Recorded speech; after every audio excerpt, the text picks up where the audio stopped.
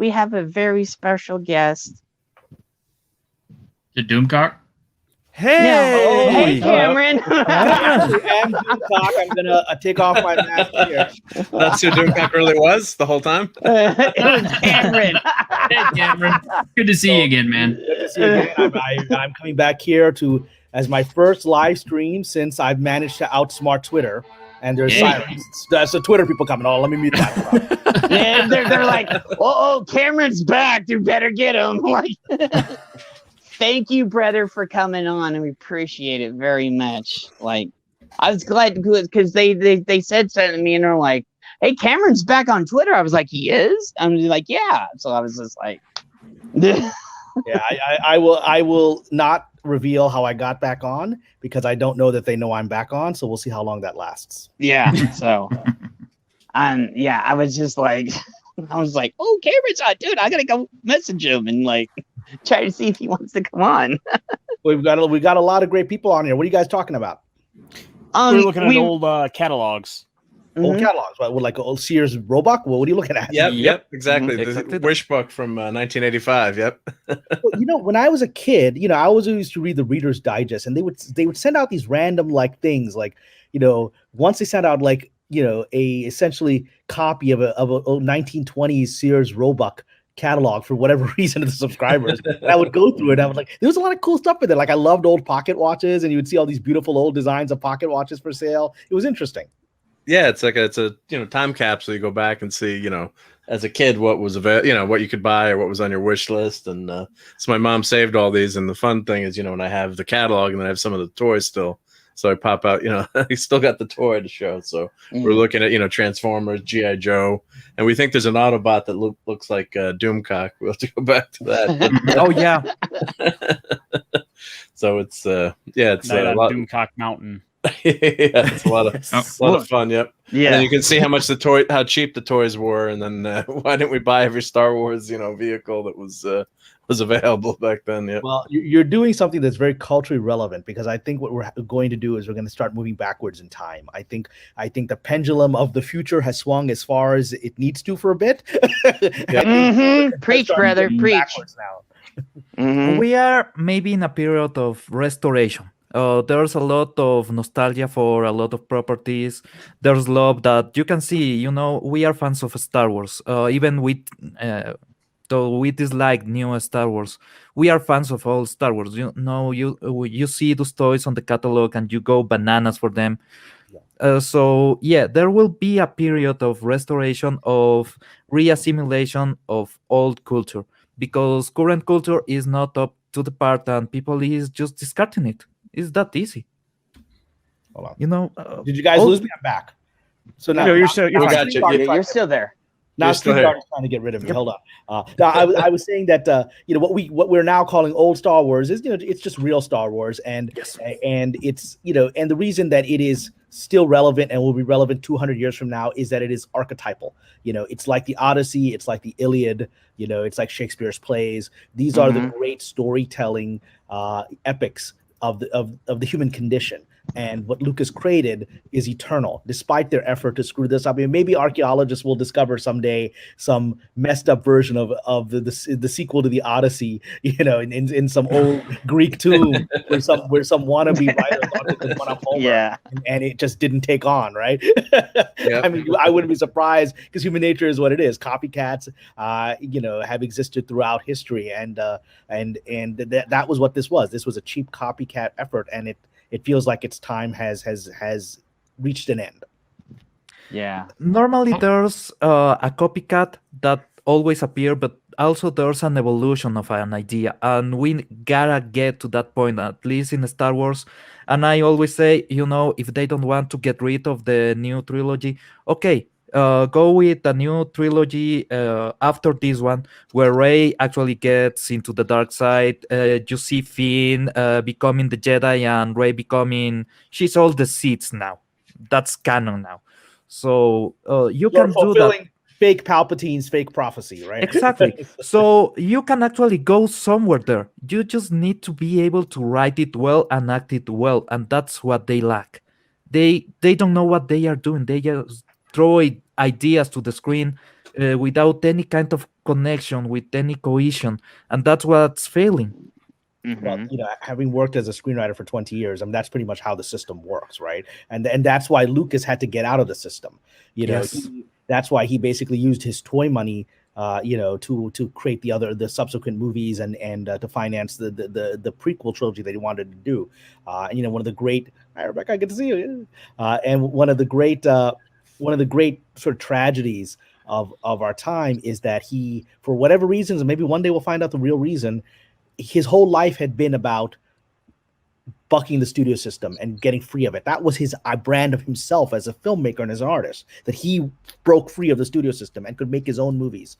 And for whatever unknown reason, he chose to sell his work to the very companies that he had escaped. And it's one of the great mysteries that I personally believe there's much more behind that we know. I don't have any information to that effect. It's just knowing human nature and having read multiple biographies of Lucas. When he sold Star Wars to Disney, it made no sense. Made no sense on the man that proudly said in the late 70s, I am free of this system and I'm going to use my billions to do whatever I want. It made no sense. And it still makes sense. Yeah, that's the reason why he wanted to keep the right to the toys, because it was a good way to finance any other project. Yeah, some projects were Howard the Duck, but it is what it is. But let's just say, I love Howard the Duck. I love Howard the Duck. That's one of my favorite movies. So. But Jed is right. Look, everything Lucas does is from his heart. A lot of people didn't like the prequel trilogy. He did it from the heart. I didn't like episode 1. I like it a lot more than the sequels. I liked episode 2 and 3 a lot. And and over time, I think most people have come to accept that the prequel trilogy worked for another generation. And this fake trilogy works for no one and will be forgotten. Oh, and Kamran, speaking of stories, I wanted to ask you about the Shadow of Swords. Yes, that's one of my 2 novels. I'll get a copy. Hold on. Ooh. Disappeared off camera. Here. I have 2 novels published so far. This is Shadow of the Swords. It's my epic on the Crusades, of the Third Crusade, of the war between Richard the Lionheart and the Muslim king Saladin. And it's told from the point of view of a Jewish woman that works as a spy for Saladin. Saladin employed Jewish spies during the war. So it's an interesting perspective on it. And a second novel I have, which is called Mother of the Believers, which is another historical epic novel about the birth of Islam. And this one is from the point of view of the prophet's wife. So it's an interesting that I, as a guy, wrote these 2 novels from women's points of view. And one of the great compliments that I've gotten consistently is from fans who've read the book and emailed me or reached out to me, said, I didn't realize you were a guy until I finished the book. And I saw I've heard that a lot. Last page or whatever, the little author's picture, right? Like, wait a minute, I wrote this, and I've gotten that message from women consistently saying that a guy wrote this. And I'm like, dude, as a guy, all I do is spend my time trying to figure women out, and that's what my art is, right? And there you go. As Rebecca will say, if it came close, that's pretty good mimicry. So, well, I was curious. I'm an actual historian. One of the things that I remember from history is Richard the Lionheart and the massacre at Acre, where he had all the prisoners, and rather than waiting on the ransom from Saladin, he chose to kill everyone. Killed everyone, men, women, children, at least 3,000 dead. It's a major point in my novel because what happened after that, I mean, that was considered barbaric by the standards of the time, right? And his own soldiers were like, boss, I don't know about this, right? And we came here to the Holy Land and we're just taking these kids and chopping their heads off, right? Because we didn't. He basically demanded Saladin's entire treasury, right? It's like he's like, well, give me a little bit. It's gonna take a bit of time for me to ransom these people, and he's like, well, I'm not gonna wait. And that was done on purpose as a terror tactic. I mean, the Crusaders were what we would define as terrorists. I mean, they went in, they killed women and children intentionally. They did it to spread terror. They used cannibalism, which even the church had to put out a papal bull saying, all right, you can kill these people, don't eat them, right? And that was done purely to spread terror tactics. I mean, to this day, the Crusaders in Arabic, amongst Arab Christians, are called the cannibals because Arab Christians don't associate themselves with these guys, right? They're like, what is this crap? And so, yeah, that's a major part of my novel, and I talk about how Saladin he then there were riots throughout the Holy Land when that happened, right? People were unfortunately attacking innocent Christians when they blaming them for what Richard did, and Saladin actually went to to the Church of the Holy Sepulchre and personally defended the church and said anyone who attacks a Christian living here is attacking me personally. It was and that was the kind of stuff that actually disheartened the Crusaders. They lost faith in their cause when they had an adversary like that, and ultimately after the war, Richard was arrested by his own soldiers. Now we have this myth of Richard the Lionheart from Robin Hood as his great hero. He wasn't by his own time standards. Nope. His soldiers hated him, as you know. His soldiers hated him, and when they left the Holy Land, they basically arrested him and threw him in jail in Germany. Said, "See you later, sucker." And his mother had to ransom him. Right, Eleanor of Aquitaine had to ransom. He was in jail for a couple of years, and he was about to be hanged. Yeah, and that's but the point of the novel is very much the history is written by the victors. And even though the Crusaders weren't really the victors of that, they wrote the history that the West believed. Yes. Or at least they changed, they created the image, because the actual Christian historians of the time were very honest about what happened. But the myth that was created, the myth of Richard, is a fascinating thing of how storytelling created the myth of this villainous guy who was hated by his own people into a hero of the West, which is a very interesting phenomenon. Oh, yeah. I read a book some time ago called The Crusade Through Arabs' Eyes. Yep. Great book. And I remember reading a passage in there about how the French Crusaders, the French Knights, actually were offensive to the Muslims because they stank of garlic so badly. Well, they didn't bathe. This is Middle Ages, man. These people weren't bathing. That's why they were getting like the Black Plague. They're like, "Where are we getting this Black Plague?" I was like, "You might want to take a shower, buddy." You might not want to have rats running around your house. You might spread something. But whatever. But the reason I wrote this novel, it's based on a screenplay I wrote. A screenplay I wrote right after September 11th. I wrote it right after September, very early in my career when I first moved to LA, and right after I moved to LA, September 11th happened. And you can imagine the environment right after that. And I wrote this story to say, look, the enemy is not Muslims, the enemy is not Christians, the enemy is not Jews, the enemy is fanaticism, right? And that's what the novel is about, because there are heroes of all three religions and there's villains of all three religions in the story, right? And the enemy that we face is fanaticism. And I wrote this 20 years ago, and now we're in a place where there's a new kind of fanaticism, the kind of fanaticism that will get me thrown off of Twitter because somebody didn't like my politics. Yeah, they don't entertain arguments. And to mirror that, there's actually quite a few works of art that are woke, and they are amazing. Like Dead Like Me is a series that lasted 2 seasons, 1 movie, and is amazing. Veronica Mars, another series that is amazing, and those are woke. Those are really, really woke, but those are done well.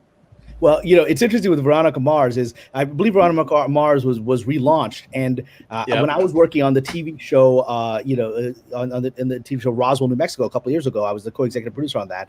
The new Veronica Mars was in the same offices that we were on, same building, right? And one of the writers for the new Veronica Mars was Kareem Abdul-Jabbar. Like a basketball player, is now a television writer for for Veronica, because he had written, I think, a bunch of Veronica Mars books in just something he loved, like the mystery. And so they hired him. So one day, I don't know this. So one day I'm just going into the men's room on the floor in the office, and there's Kareem Abdul-Jabbar in the men's room. I'm like, what's Kareem? And he walks out. I'm like, and I go, guys, I think I saw Kareem Abdul-Jabbar. They're like, yeah, he's a writer on Veronica Mars. I'm like, have I entered the Twilight Zone?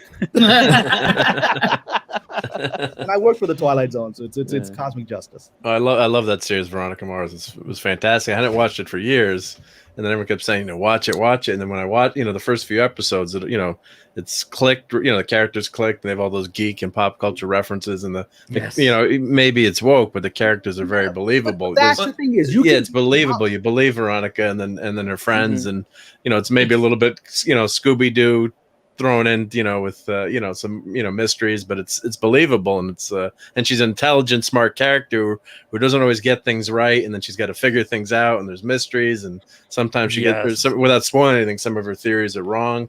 So that's what's great about it. It's not like Rey, where she comes in and she can defeat Kyle Ren, who's been training for 30 years with a lightsaber. So that's what you want to see in a character, no matter what their point of view is. I mean, and the politics. That's the thing is, Hollywood was always on the left. I mean, and that's not necessarily a bad thing. I mean, it was because of Hollywood that we had Hetty McDaniel get an Oscar, right? At a time when she wasn't allowed to even sit at the table with white people by the hotel at the Oscars, right? Right. And so that kind of progress is good progress. But it's always been about storytelling until the last about 5 or 6 years. Then it stopped being about storytelling. Yeah. Yeah, right Especially in now- all the comics, Cameron. All the comics and everything else that's been out lately. We Yeah. were And talking welcome about back, the Bobby. designs for the new X-Men like an hour ago because Oh, they are so God. Yeah. silly.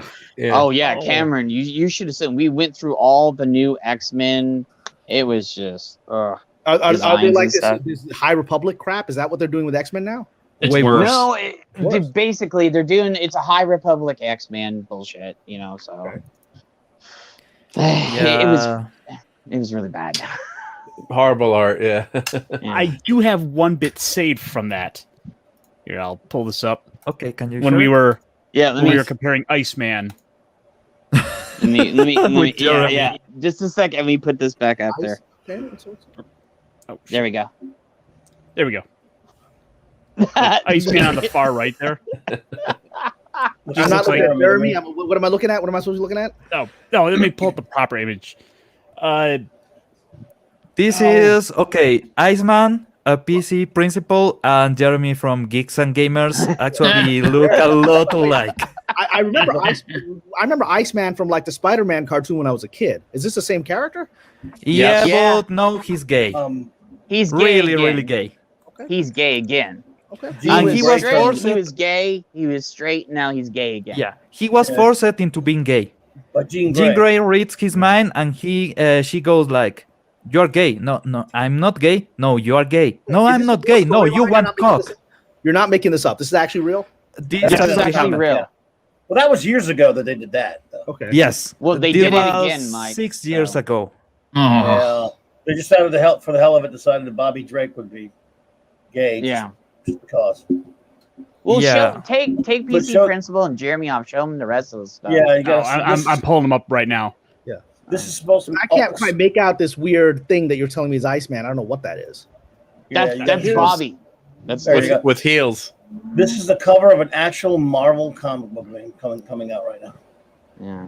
You got to be kidding me. Mm. Nope. No. and it gets worse than this cover. Yeah. Yes. Colossus has a camel toe. Oh. Colossus, the man made out of metal that is supposed to be extra strong, he has a camel toe. I almost kind of like his outfit though. Is it supposed to be like some suave thing they're trying for? It's It's Pride a Month, isn't it? Hellfire Gala. I mean, And this looks like the Village People. What am I looking at? Yeah. That's everybody's first response to that. Yeah, it's Yeah, everybody says it's the Village People. Yes. Yeah. I mean, Or I like have a no idea what this was really about. I said it's the Village People. I mean, I grew up in Brooklyn. I mean, it's the Village People. Yeah. that's- Well, Or it's a really bad Netflix adaptation. you notice they well, put the names of the um, characters up at the top right corner because no one knows who these variations are. So you can tell who they are. Yeah. Why is Colossus? So he's like sort of vampire. What's going on here? no, he looks like it, but no, No, he's he's just a just metal gay. guy. Yeah, no, I They know. just but wanna he's do like fashion. looking like he's like a '70s Dracula.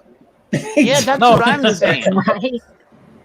Yeah, Hey, it's all- Iron, show the one with where you couldn't tell Wait, who it Wolverine's a was. chick now. Wolverine's a chick. No, that's Oh, yeah. X-23. yeah, Wolverine is. Yeah, but they're calling her It's a Wolverine. clone. Yeah, it's a she clone. is It's a Laura. clone. Here's Uh, the original Mr. image State's we name? originally started with. Wait, Yeah. wait, is that Professor X in the? That's No, Yeah, Sebastian that's Shaw. Professor X. Sebastian Yeah. Shaw. Well, for why is he some reason, wearing this? Why are they all like at the Playboy Mansion in 1971? It makes no sense. Gee, They're all see? dressed like heck, they're on steroid. I mean, why does he have like a fur thing going on? because Marvel Comics is tone deaf and doesn't understand nobody wants to see this, and that's why no one buys comics. Yeah. Also, those are fashion designs. Actually, we have, I don't know if Ironcaster still have the images. They have pointers for makeup, for kind of clothing, clothes to make the... Yeah, it's kind of weird. I don't know what they are doing, but this is fashion design. This is not comic book making. And With the Do they legs. plan on doing, or are we all going on the catwalk with this? I mean, The What's the Hellfire deal? Club is a, could be messing with their minds or something. But look at Professor. They X. put the hot Beast chick with the into a leg show. onesie, dude. They put Beast into a onesie. Oh, that's Sage with the leg showing. Okay, well, I'm okay with that. That's fine. Yeah, even Wolverine doesn't look And ridiculous. that's supposed to be for Professor Xavier on the right. Yes, Yeah. he doesn't have a wheelchair anymore. That seems to be a new trend, as women with one leg showing. Well, that goes back to like Angelina Jolie or whatever. Okay, that yes. helmet is supposed to be a portable version of Cerebro. Cerebro. Yeah. But why is he not in a wheelchair? So what happened to his legs? Apparently, he got better. No, this version is a clone of the original Xavier, but he has his mind, and for some reason, even though the mind of Professor X is the source of his paralysis, he doesn't get paralysis. He instead gets bling bling. Yeah. I So wish I didn't know this. they can bring any wish I- mutant back, any X-Men, any mutant back now that dies. They can come back multiple times. Kind of Wow. like Battlestar Galactica. Yeah. Dragon That, Ball Z. That just Yeah. lowers the standards a bit. By the doesn't way, it? in current Marvel comics, Wolverine, Cyclops, and Jean Grey are having a threesome relationship. Yeah. Shit. So it's like. So is it like a polyamorous thing, or they're on bed? Yeah, but Yeah. also Jean Grey wants to bank Yeah, Storm, so it's kind of a complicated situation. Oh Well, man. I mean, look, I'm okay with her banging Storm. Okay. Yeah. I ain't gonna argue with that Not gonna one. lie. You're right. Yeah, I ain't gonna argue on that one. Wow. I'm good with it. This is what they have to offer: costumes, Mr. prom. Sinister's back. He needs to die. Stay dead. Yeah. I mean, I don't even think the people they think they're pandering to will find this attractive. Not that I those get people it. actually This is a buy video it. game, Uh, right? Yeah. No. No one wants No, to see this this. is No, not a this video is game. actually comic book covers. You're right. You have to People pay that extra for presumably these? what Know what they're I'm pandering doing? to don't care about it either. Yeah. Look, I've said this on another stream, but I'll repeat it here. Hollywood is going through the fulfillment of an ancient Chinese curse, which is the Chinese have this old saying going back to Confucius's days, which is very true, which is that the cycle of wealth is 3 generations. The first generation creates it, the second generation manages it, the third generation squanders it. So if you look at Hollywood, let's say we count Hollywood starting with the talkies, like 1920, 1930s, right? Like 1930s, let's say, okay? So essentially we have 3 generations where a certain group of people are in charge.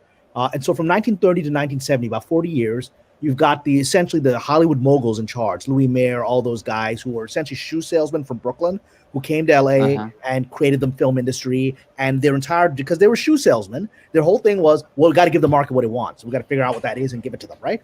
And then the next generation from the 70s, so about 40 years to 2010, is essentially when the corporations took over the studios. The studio heads all died off, and the corporations bought them. But they were still in the business of making money, right? They were just now a big corporate board, but they still wanted to make money, right?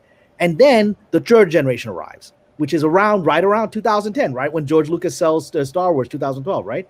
2010, we suddenly see this third generation rise, which is squandering everything that was built for the last 60 years before it, right? And we're now at this stage here with this kind of garbage where they're not making this, they don't care about the customer. These are wealthy, inherited people whose grandfathers created this town, right? Who haven't built anything up from anything, don't care about the customer, don't know about the customer. They're just making this kind of garbage to brag at cocktail parties with each other, to say, look at what I'm doing, right? Look how woke I am. And how I've overcome the guilt I feel for being a third generation Hollywood insider who's got a lot of money, right? So I'm going to reach out to all the underprivileged and the poor and the oppressed and the LGBTQ who are I'm going to do all of that to feel good about myself. But then because they don't care about the market, they're creating crap like this. And this is something they don't get. If you want to do this to talk about yourself in the cocktail party, it will last a year. If you do something amazing, you will be talked in the cocktail parties for years. Well, but you are absolutely right, Pablo. But the thing is this, like I said, I've been in here for 20 years. I've watched the transition of when it went from sort of, at least the illusion of a meritocracy where you had some chance of making it in this town to literally watch it to become a place where there was an elite that locked out anyone that wasn't like them especially if the person was a good storyteller. I mean, the perfect example we'll see is in the relationship between, Orsi and Kurtzman. I don't know the gentleman, but I know a lot of people who know them both very well, right? And so obviously Mr. Kurtzman has a very specific philosophy on Star Trek and other things, and he's very much part of the club. He's a J.J. Abrams protege. He's part of that cocktail party club. Orsi, who was his partner, they no longer work together. From my friends who know him very well, say he's one of us. He's a fan. He wanted to create good Star Trek. He wanted to create good stuff. When he and his partner had different visions, they parted ways.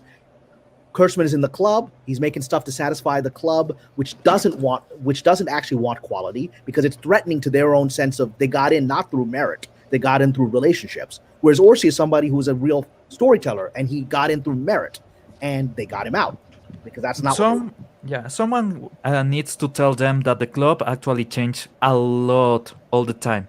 So the people that are talking good about them right now are the people that got into the top of the club, and the top of the club falls down rather easy. You're very wise. You're very wise, and you're correct. And Magneto looks like why has he got a top hat? Yeah, that's what I was saying. He looks like a knockoff Willy Wonka. Yeah. Is he like the millionaire man from like Monopoly? I mean, what's going on here? Well, welcome to my chocolate factory full of metal and shit. I don't know, man.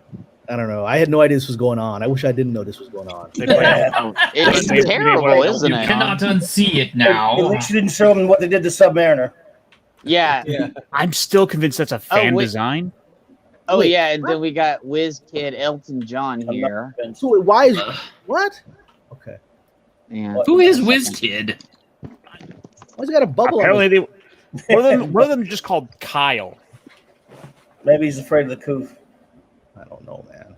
All right. Well, I came back onto Twitter to find out the world is even worse than I'd left. I feel like Moses came back off the mountain 40 days later, and like the whole place is chaos, right? Like, what happened here? Oh shit! I forgot about that name. This happened. Yes. Yes, that happened. Why does he have a cod piece thing? Yeah. He thinks he's Ian Anderson from Jethro Tull. Yeah. Oh, Kamran, about what you were saying, I had to look to get this book. Is The Art of War from? Can we maximize your screen? Oh yeah, well, let's get out of the. Put the pain away. Is The Art of War from Sun Tzu? But it actually has all the annotations from the generals, and this is my PageMaker magic card, with the annotations from the generals of how did they see fit to apply the knowledge, because so historical generals and analyzing Sun Tzu. Yeah, exactly. Because Sun Tzu is not a single guy; it's actually multiple people that wrote a compendium of wooden tiles with some sort of knowledge on them. So it's the preserved wisdom of the military standards of the time. I got this on an used bookstore, luckily, and what you were saying about the 3 generations, they actually say about how you can actually destroy an empire using the children of the empire. Yeah, directly. We're doing that now. We're there right now. We're right there in Hollywood. We're there in the country, and the whole thing's happening. Kurtzman is busy destroying everything that you love. Yeah, and it's. I mean, and the interesting thing in the conflict you'll see is Kurtzman versus William Shatner. William Shatner is as gracious as he can be, but he's not happy with where things have gone, and he's been pretty public about his snark about it, right? And that he hasn't been included in the conversation. But Shatner is from that generation. He's from the the father generation, and watching these kids ruin what he did. Yeah. He's from the gentleman generation, and he actually acts like a gentleman. And a good gentleman will tell anybody that is acting silly or stupid that they are doing that. You are supposed to do that because you want the other person to grow. And right now, you can't want anyone to grow because it's seen something obscene or evil, and that doesn't work. People need to grow. People need actually to strive to grow. That's the way you. That's the intention of what I call the sort of club, right? The current Hollywood elite, which is to dumb everybody else down, to give everyone else sort of skewed values that will screw them up, while they keep things running the way they do it. Like they'll preach all kinds of sexual values to you and to me, but amongst themselves to this day, where everyone is Me Tooing left and right. I mean, Casting Couch is doing great right now, right? Even under all the event. I mean, but you're just not finding out about that, right? And so that's their whole thing is dumb down society while we follow our own rules. Yes. Something I've been wondering about too now is a lot of the woke culture SJW mentality seems to be pointing out stuff that people do as being wrong. And usually it's just kind of like innocent things like asking the gender of somebody's baby. And of course their immediate response is, well, why should this child's gender matter to you? What are your intentions towards my child, et cetera, et cetera. But it is okay to ask someone their vaccine status. Yeah. That's okay. Right? Yeah. That's actually socially required right now. But see, here's my thing. And this goes into other things that I've discussed in the past. And that is, most people who ask questions like that weren't thinking anything beyond, oh, that's kind of cool, or that's not cool, or whatever, A boy or girl is one of the most natural questions of the human condition. It is. But now apparently it's been demonized because there are assumptions that you have ulterior motives in asking this, or that it is inappropriate to ask this. And my first thought is that says more about you than it does about me, because my intentions were not harmful or of ill intent. You are the one who read them into my question. Well, again, the people promoting a lot of this gender fluidity narrative are people that make sure that their secretaries are really hot biologically, right? They make sure that they're surrounded by really hot biological women, right? While they're saying to you, you're misgendering people. It's like, well, gender seems to be really important in your office, doesn't it? Right? You ever go to any of the Hollywood agencies? There's very attractive people working those. I've been around there. My wife is in HR, and then certain places were looking to hire people, and they said, well, these very qualified women, maybe are 50 or up, and they're not really what we're looking for in the front, in the front office when they're greeting people. So, I mean, people talk a good game, but then when it comes to their business, it's all to convince suckers. I mean, people who themselves have no value system instilled by their parents, or their parents were not aware of the value system that's currently being instilled by the current school system. They're not even aware what's happening, right? And so then those are people they can manipulate and control. Kamran, you are completely right there. Okay, there's something that I have noticed. The newer generations of rich kids, they never had even to think.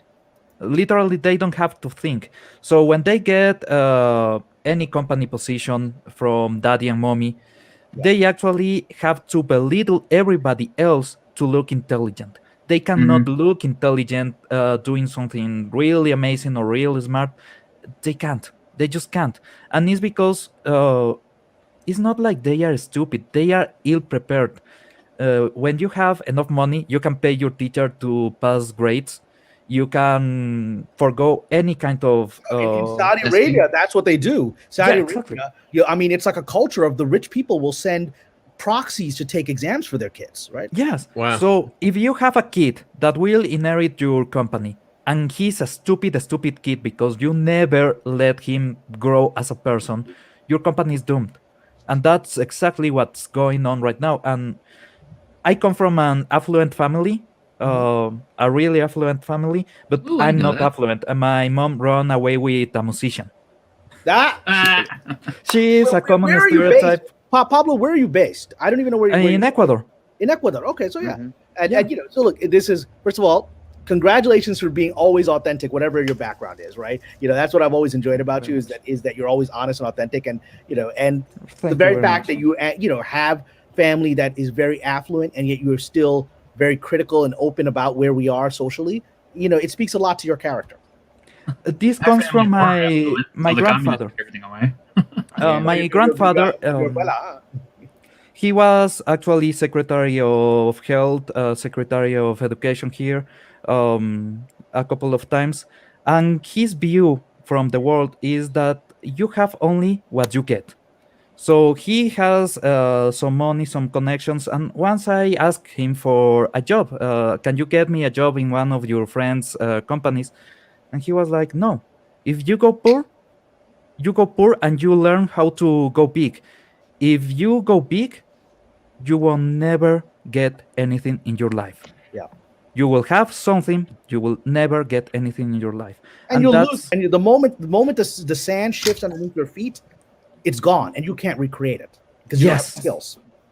Yep. So that vision is actually a vision that I want to share with people a lot. That, for example, I grew knowing the Masons. I grew between the Masons all my life. I know how they operate. Um, and most of them are completely stupid. They have the resources to do wonderful things. They don't know how. So they hire people like me. And right now I'm doing for a Mason one webpage. And you know what? If they knew how easy it is with their resources to do whatever they want, this planet will be completely different. Instead, they are looking how to bash another rich person in the head. It's all they think about. They are always wanting to get someone out of the way. That's the way they progress. Instead of like in Star Trek, that's why I love Star Trek. There's this scene when a captain is about to use his ship to ram an enemy, and Kirk says, "You are a commodity, an rare commodity that we cannot get back." That's every single person. And if you knew how much you can get if you get skills, just skills, then you go and do whatever you want. But get a bunch of skills. You never know which one of those skills will work in anything you are doing. If you are a writer, someday you may find yourself in a position where metal mechanic knowledge will actually help, because you are writing about a car and you can say which plug sparked and how the car blew up. So you never know when a small bit of information or a small skill will help you. Even if you are not rich, having those skills will get you somewhere. You gotta do that, and that's a mindset that people need. Get knowledge. Yeah, with too many kids today, in my day job, we make tools for electricians. So not enough kids going to the trades or plumbing or, the skills or CNC machining or things like that. Everyone's, told, you got to go to college. And, one of my cousins is doing that now. He went to, he's learning how to become a machinist, and it's a great trade. And those guys are artists or women too. I should not, shouldn't single it out, but they're artisans, and you're losing that with this, with this generation where everyone goes to, there's nothing wrong going to college, but there also shouldn't be something wrong to having a skilled trade. So we need those people and to have that passed on. And you've got to learn self-reliance too. So like my kids, I can see with computers, I always grew up building computers, and then they don't know anything about computers as much as I try to help them. And then you're right, Pablo. Like sometimes you've got to just say, if something breaks, well, you got to figure out how to fix it yourself. Because what if I'm not around? You got to, learn some skills. So that's too many people I think the helicopter parents, or they want to make things easy for the kids, but in the long run they make it tougher. I mean, I have a friend who's a college professor. He said parents are calling me now asking for help on their kids' homework or how to. He's like, you're in college. He said, I'm not. If you could call me, God forbid, your kid is in the hospital or sick, or that's one thing, but I'm not dealing with you when it comes to your kids' homework for college. This is the tragedy, and I'm watching it here in Hollywood with the sort of the new generation of young kids showing up here. They're showing up here, completely entitled at the age of 21, 22 to, I'm ready to be a showrunner. I'm like, hey, buddy, man, I know people who've been doing this for 20 years that are not ready to be a showrunner, right? Yeah. That's a lot of skill required for that, and you don't have it, right? And you don't have the experience for it. But, and the tragedy is they're actually being given it. I'm witnessing 20-somethings with no experience who have the right connections or represent the face of whatever they need for the project, right?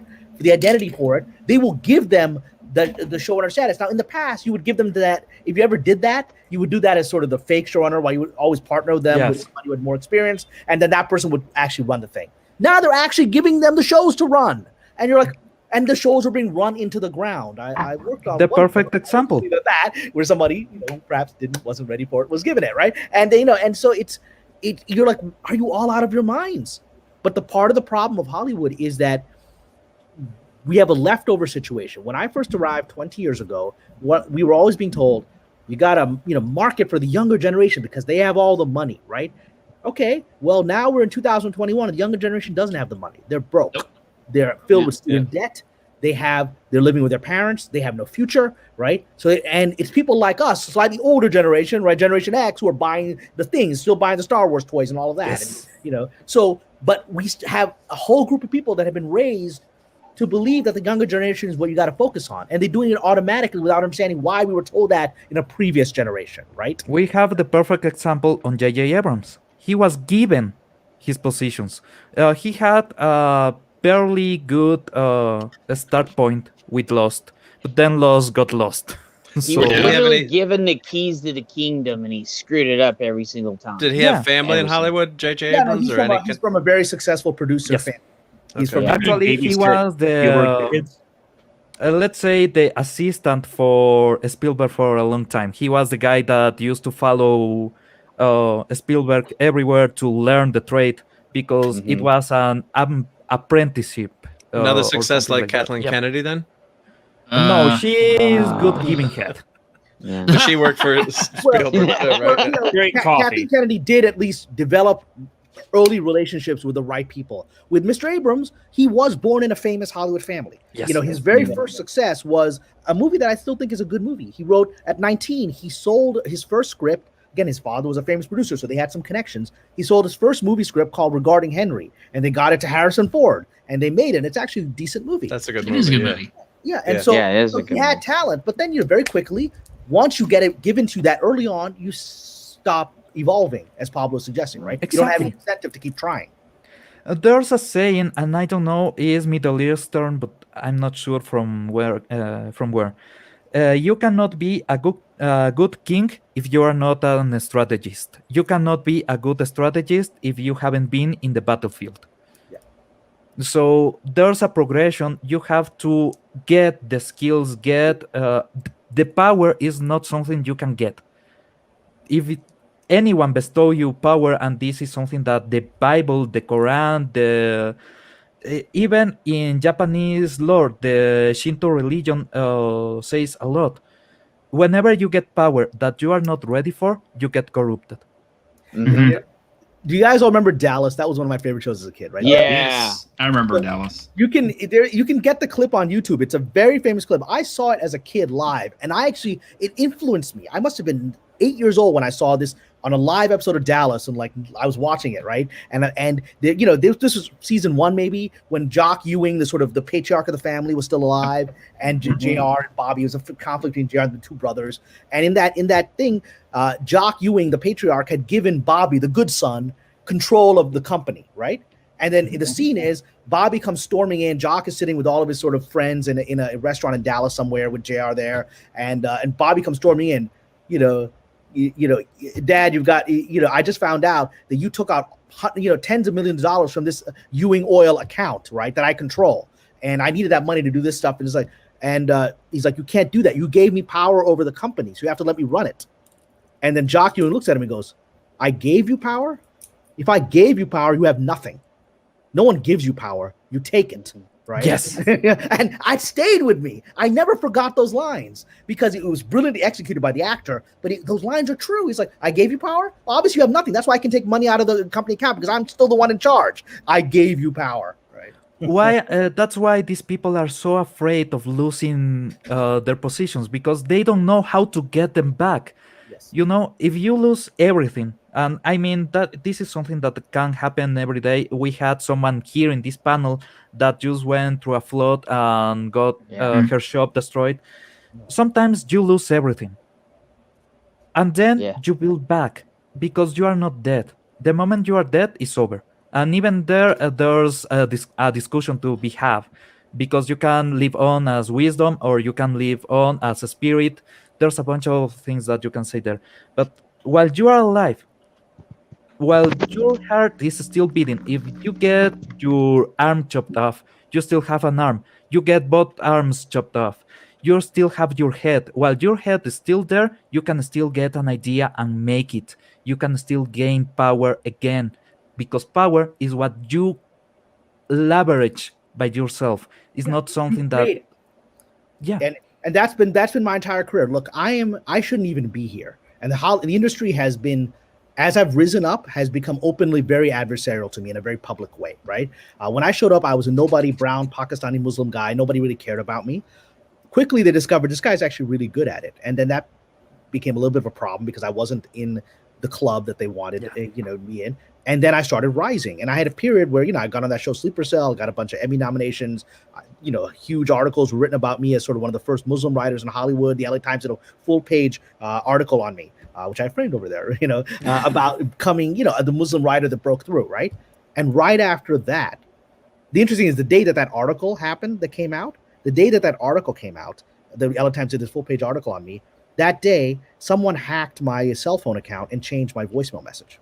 And the voicemail message, I didn't even know. My sister called and was like, what the hell's that voicemail message? I listened to it. The voicemail message, somebody saying, hey, somebody else's voice going, hey, my name is Kamran Pasha. I do all these horrible, and it's horribly sexually, explicit things, saying these horrible things. And I was like, that's my voicemail message? So I called the phone company. They're like, wow, that could only have been done from inside the phone company, what you're sharing with us. So somebody of influence had to call somebody in the phone company who would do that, right?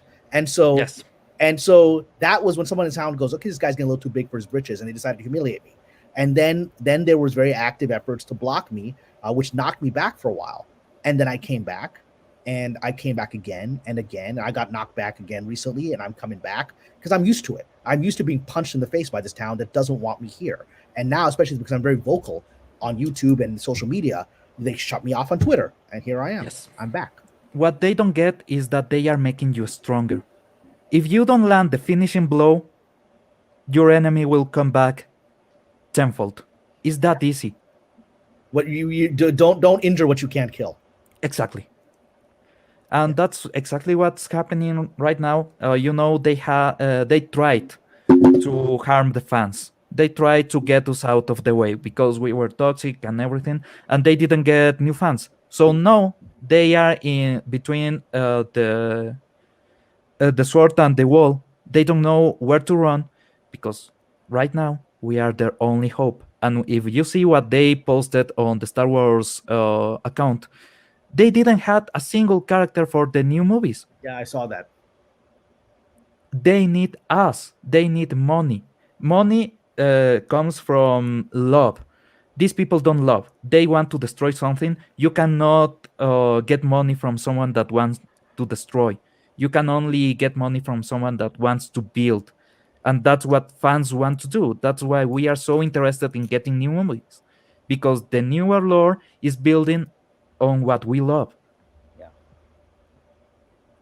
Well, because the new stuff, it's not good stories. I mean, I was all ready to accept the new Star Wars trilogy. It's nothing against, Princess Leia. Everyone loved Princess Leia. It's nothing about being a woman as a hero. It was just the stories were horrible. And as I was watching them, humiliated her character, and they humiliated her. Even after her passing, they humiliated her. Yes. So. Yeah, and then you're watching the movies, and before I was really into watching YouTube and watching Last Jedi, and I'm like, this movie, what did they do to Luke? I'm like, this is so horrible, without having any echo chambers, they call it, or being, I guess I was a toxic fan that day in the movie theater. I just hated what they did to the character. I mean, whether you like or dislike the movie, but it's just, that's the narrative that they want to sell you, is that you're being toxic, when in fact you're just, what you like, and what you are seeing isn't what you like, and there's something inherently wrong with it. And because you choose to speak out, they're going to victimize you. So. And the Exactly, wording, toxicity is something that kills. Love is something that rises. So if you want to say who's toxic here, well, they are killing the franchises. Hey, do I not call you my hermanocito? No, tranquilo, hermano. By the way, Kamran, we are doing Midnight Sage en español. Oh, I heard of that. So you're involved in that? That's wonderful. Yes, I will go with Diego and with Pauli, and I guess tomorrow we'll be on Midnight Age, and then the channel is launching. So here we go.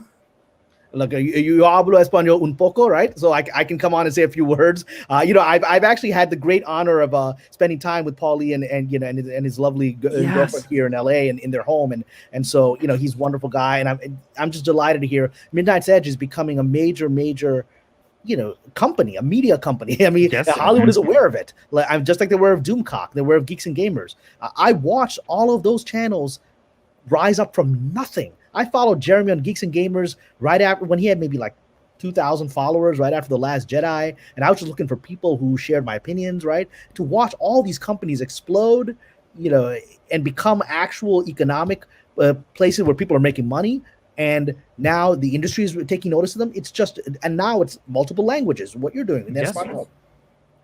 And we are trying actually to show, for example, there's a huge controversy on how Latin America handles copyright as a whole.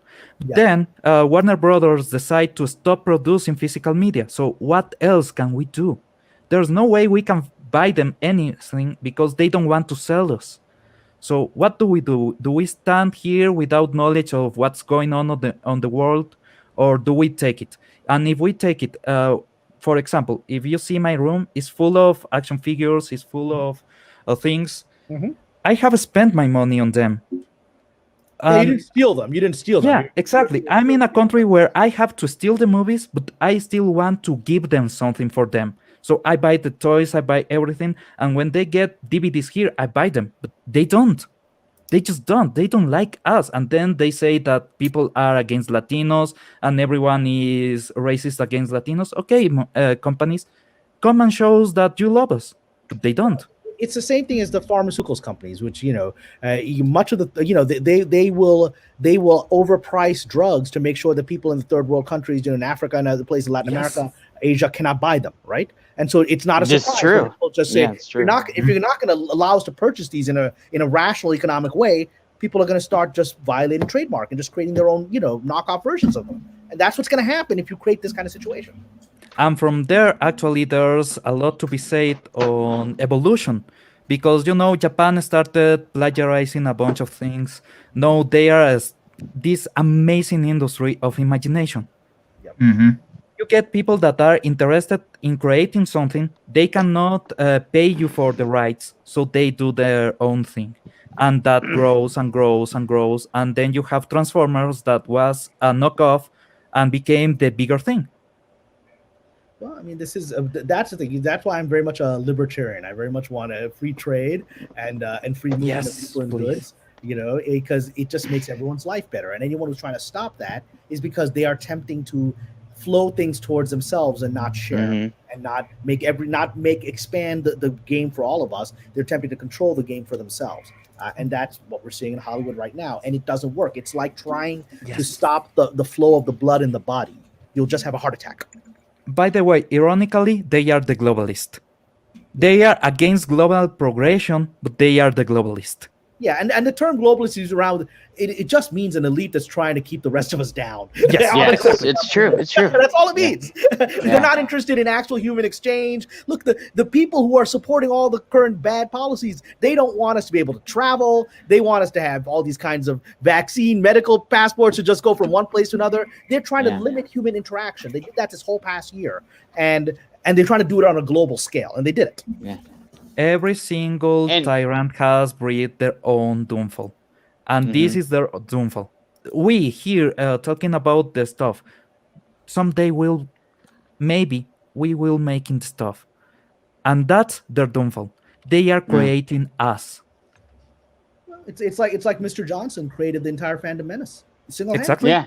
Yep. By doing what he thought was his screw you to the white male culture, that that he himself is a beneficiary, but whatever. So in doing that, in that thing for the cocktail party club, and he got his cocktail party awards for that, he created all of this single-handedly. Yes. And the audience, they were trying to go and wine and dine. We saw how they reacted at the end of the finale for those movies, booing in the theaters. Well, that's that. And Just a second, Cameron. Have you seen the new picture for the supposed Star Wars Day, which we all know is the 25th? But did you Should be see the 25th, picture? I saw The the one. updated. I saw the one that's out there that just has the classic characters. Yes. Right? Yeah, There's all the people from that other Disney Star Wars were complaining and moaning, and somebody brought up a good point. Well, people like me that were extremely into the EU and Legends, our history all got wiped away from because Disney Yes. didn't want to have anything to do with it. thousands Or of And then- mythology. Yeah, there was like at least 30 years of just EU stuff. Well, I was It a big. just I mean, got that was wiped from away. The first Thrawn novel, yeah, and Yeah. that's what kept me into Star Wars. That's what kept me into Yeah. Star Wars. You know, with the but they're coming back. I mean, they're all of this. I do believe what Doomcock is saying. That I mean, I don't know personally. I do believe it's quite likely that Gina Carano is in discussions with Disney to come back because that we're already seeing the evidence of it, which is that they brought her Bear Grylls episode back on HBO. and that's Disney that owns that too. So Yes, exactly. Yeah, and so Mhm. I think Miss Kennedy is finished. And I said this. I mean, this was the reason I got thrown off of Twitter, so whatever. But I said this at the time, which is that when this happened, I said this is the end of the Kennedy regime, because when they went after Gina Carano, who is a good person, a sincere person, and has hundreds of millions of fans worldwide, that's a mistake. That's one step too far because she's a really good human being, and she is. And when people did that, I said, this is the end. This was the step too far. This is the moment where Kathleen Kennedy's going to lose her job, and I think she has. Well, you heard about all the Indiana Jones 5 stuff, right? I know you should have heard about it already. I heard about it, but I'm of the belief that in the same way that Miss Kennedy announced the Leslie Headland series, from what I heard, it was not announced with the permission of anyone at Star Wars. Or Disney. She just did it because she's very much into fait accompli. That's her approach to things. Yeah. Just pulls the rug out and you have to deal with the consequence of it, right? Because she's been allowed to get away with that for years. And so she did. I'm going to do a fait accompli. I'm gonna do these announcements with Indiana Jones, which my understanding is were not authorized by Disney, and that was, I think, an example of okay, you didn't realize you actually can't do. You did fait accompli with Leslie Headland. You did fait accompli with all these directors you fired. You did fait accompli with Gina Carano, and then you did fait accompli with Indiana Jones. It's over. Yeah. It's over. Yes. The fait accompli. Iron, what is that you want to share? Oh, I thought I would share the most recent video that is on the Star Wars YouTube channel, just to show the like-dislike ratio is more than half it is still dislikes, and people are still. Yeah, it's nuts, and then and this is the thing about, and Cameron, I will say this: they done this to Star Wars, they done it to Star Trek, they done it to Doctor Who, like 3 franchises that I would say Doctor Who and Star Wars and Star Trek are the 3 biggest franchises out there. That is like that's like a license to print money. I mean, literally. I was a huge fan of Doctor Who as a kid. I followed all the way through the 5th Doctor. I never quite got into the 6th Doctor, but I was a huge fan of Peter Davison, and all of them. And I used to go to conventions in New York when they would come. And then, I when I saw what they did to this, I was like, you know what? This is a 30-year, 40-year franchise that's I used to buy all the Sonic Screwdriver toys, all the, the TARDIS, how the TARDIS work books, right? All those stuff. Yeah. And that's just, you just throw money away with this crap. Just remember this. And this is from the Doctor's mouth. Yeah. I shall come back. Yeah, I shall come back. The Doctor will come back. In one way or another, we will bring him back. But before that, the BBC has to shut the F up. Yeah. Yeah, I know. Well, the BBC, the problem is the BBC itself is a very extreme, elite, woke organization, right? So the problem and it's government funded too. Yeah, that's their protection. Yeah. That's their protection. And that's what's happening is that the other, at least Disney, has to answer to shareholders. BBC's been attacked for years. They don't care. The guy, people are required to pay a licensing fee as their taxes to support this thing, even though they don't like it. Well, my understanding is that Hollywood is also basically propped up by being able to be bailed out by the government if they should start to fail. Which have we seen evidence of that? I mean, that could be true. They certainly have the political connections for it. But have there been any interventions? I mean, I'm just thinking because Weinstein Company failed because of everything Harvey did, or at least that was finally publicly outed. We all knew he was doing it. So a lot of companies have failed. I haven't seen that I know of. I could be unaware of it. Are there interventions that have happened? They may come in the future. When Weinstein was there, the oil companies used to bail them out. Okay. I don't know if right now there's anyone actually doing that because some of the connections got lost with him. Yeah, well, Weinstein was I was actually working on a project. I never met the man, but I was working on a project with Oliver Stone at Showtime about Guantanamo Bay, about the prison in Guantanamo Bay. We were developing a drama together, and that was a Weinstein production. Harvey and Oliver got it greenlit, and then when this all happened with Harvey, when I was there, and I was like, when all the stuff started coming out, I was like, well, we all knew Harvey was doing this stuff, but now it's in the trades. That means someone's trying to take him down. Well, right? that was a secret thing that for years everybody knew what was going on. Basically, we know Epstein even here in Ecuador, we knew. I mean, there's a few things I know that I can't actually say because I might have a car accident. There's a few things I know that aren't public knowledge, right? Of much more powerful people that are than Harvey Weinstein that are doing terrible things, and they're completely protected. But Weinstein was, when that happened, I said, this thing's going to bring the whole town down because he was the linchpin that kept a lot of it together, right? Yes. And he had all these relationships with these Saudi oil sheiks and all these people and whatever. He had all these things, and he knew everyone's secrets. Barack Obama sent his daughter to work with this guy, knowing what he knew about this guy, right? And so he's the linchpin that holds a lot of secrets and a lot of connections. And when they did this, I was like, this is going to bring the whole thing down. It's like it's Humpty Dumpty time. Yeah. And we are right there because there's no way to bring back together Hollywood as it was. Yeah. Yeah, and then you did hear about the Cinerama? Cameron, did you hear about that? They're closing it down. Yeah, the ArcLight. That's all of that. I mean, I used to go to the ArcLight every week.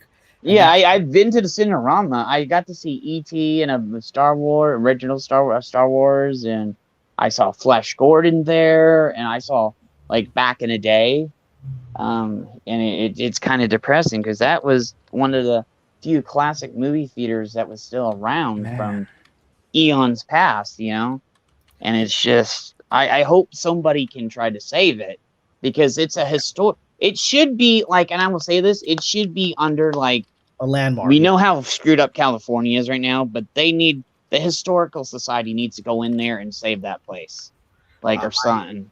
I agree, and actually, the thing is this: a lot of what's happened in the past year has, while it severely struck the theaters are coming back.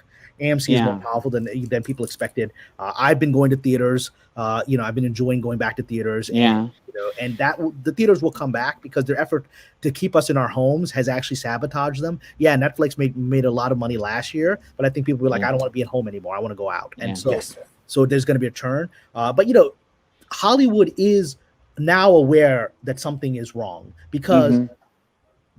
I knew the Oscars was going to be a disaster. Oh yeah, me too. Everyone so funny. Anybody that had half a brain or even had common knowledge of just common critical thinking knew that was going to bomb.